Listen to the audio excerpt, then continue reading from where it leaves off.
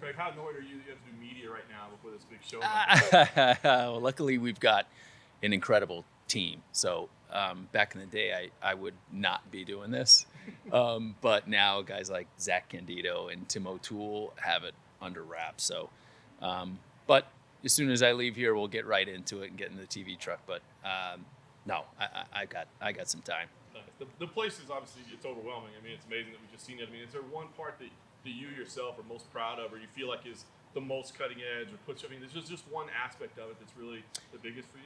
I mean, coming from my perspective, overseeing the production operations teams, the control room ultimately will be that.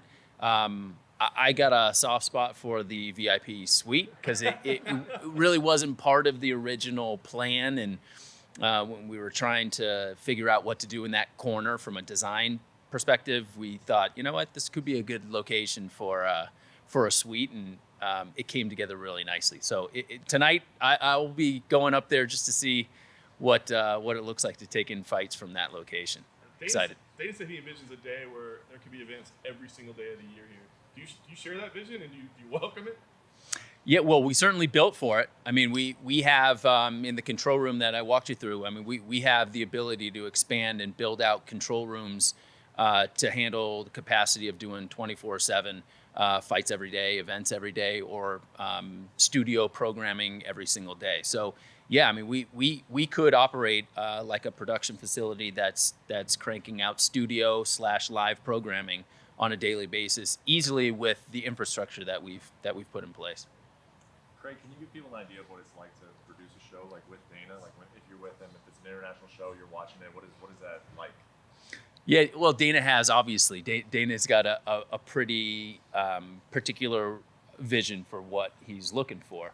I have the luxury of just being around him for 15 years, so hopefully, that's kind of sunk into my brain. But you can never anticipate all of it. So live TV is tough. I always tell our team, we're the one department that you make a mistake and millions of people are there to watch it, also point it out and critique it. It's different than if you're in finance. You got a cell wrong in Excel, right? Yeah, you go back and fix it. This is a different game, but it's part of the excitement. It's part of the adrenaline that comes along with live sport production. So, but yeah, listen, Dana has a very particular way that he likes to see the production unfold and the way we present our fighters. We try to do our best to hit that mark, but we don't do it all the time. And we improve show after show and continue to try to implement the things that he's looking for.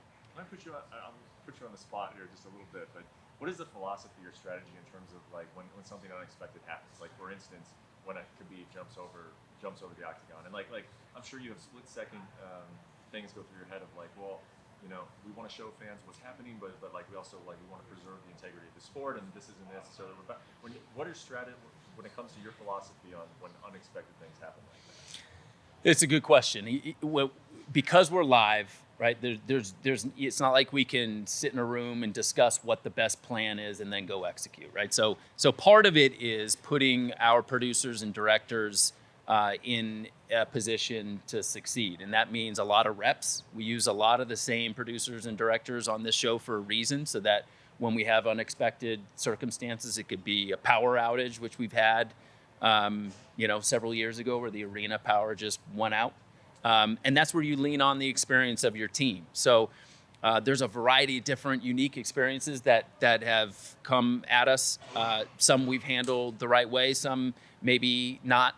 But I think you just don't know what's transpiring when you got an event like Khabib and Conor. I mean, it's a bit chaotic, obviously. So, going wide and just trying to figure out what's happening and giving a full view of things is typically the route we'll go. When you start to try to cut things tight like we would a fight, it turns into chaos. People go out of frame. I mean, it's hard to follow that type of an event. So the general answer to your question in terms of that specific event is just stay wide and let people kind of take it in from the wide shot. Can you talk about what it's like for you to have like the resources that you have now compared to, I'm sure there were, leaner years where it's like, hey, you didn't have some of the resources, obviously, that are at your luxury now. Yeah, I started in 2005, and we had a very, very small production team. We got to a point now where not only do we have a robust production team, but we have different divisions within production that handle specific things. So we have an original programming group that handles all of our original short form and long form content. A lot of the stuff that you see on Fight Pass, all the promos go through that group. We have a technical group that supports the entire production team. We've got a live event team headed up by Zach Candido that execute all live programming. So now that we've gotten to the point where we're doing 42 events, we have a long list of original tape programming that we're producing. We've built the infrastructure to be able to execute, but we've come a long, long, long way. I mean, just to be in a room like this, I mean, I never would have thought I'd see this day. Speaking to this room, it's amazingly quiet, how quiet this room is. Is there some particular production aspect that you're most proud of that maybe was a challenge at first when you started building this room out that you overcame?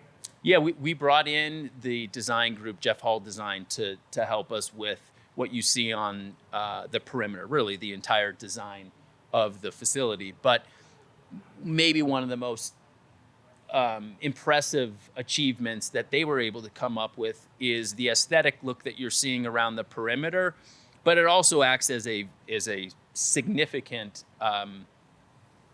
reverb audio treatment. So if we were in this building without any of this perimeter treatment up, it'd be echoing like crazy. We still have a little bit of echo in here, but the fact that they were able to come up with a very cool look, put a lot of soft textures around the perimeter, some of which don't look soft but actually are. It's given us the ability to not have a big echo chamber in here. Pretty cool. I was impressed with the design they came up with. Was there anything that you wanted originally in the plans that didn't make it due to money or? No, it was quite the opposite, actually. We got to a point where we were building out the control room, and we were planning on building out what's called a broadband control room, which is kind of like going into a TV truck. Certainly easy to execute contender series. But as we started to think about you heard Dana talking about the master plan and all the things that we might be doing on this property, it was clear to me that we needed to have the capability of producing content across the entire footprint. Also be ready for 4K, as we get up and running. So we went back and actually got more money into the budget to be able to execute an IP infrastructure control room, which just gives us a lot of capacity, a lot of advanced technology that we can build into our control room upstairs. Bouncing off that, how often does Dana come to you with ideas and you're just like, how are we All the time. All the time, yeah. Well, the whole Sinead O'Connor thing was a good example. I mean, he said, hey, I got her to sing for Conor's walkout, and he said, I'll figure out how she can kind of come up out of the floor. Like, okay, so here we go. Yeah, it's the fun part, though. I mean, that's part of the challenge, but it's also fun to get the team together and start to brainstorm ways we can execute some of that vision. Eric, what about streaming versus TV? Do you share Dana's enthusiasm for having your bigger fights on streaming platform?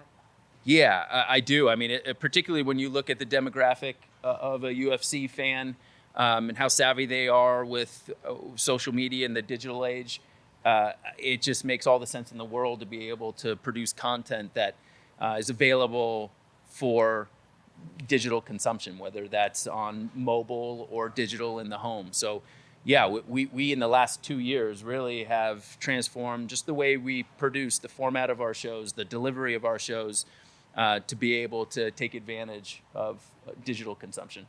Now, is there still a goal, though, that if you guys keep producing the numbers, like apparently you guys are doing, that you can get on ESPN like, the other sports do? They have those types of television contracts. I mean, I know you guys are only on ESPN Plus, but it'd be pretty cool if your event was on ESPN too. We still have several on ESPN. So in terms of linear exposure on ESPN, we have I believe it's 62 hours of linear exposure between ESPN and ESPN2. So I mean more like the main card. And I'm talking more like NBA and MLB or how they have their big television contracts with those bigger We still have that. It's just a real estate issue for ESPN, right? They have so much collegiate and pro product that there's only so much availability. So we get it when we have the right fight.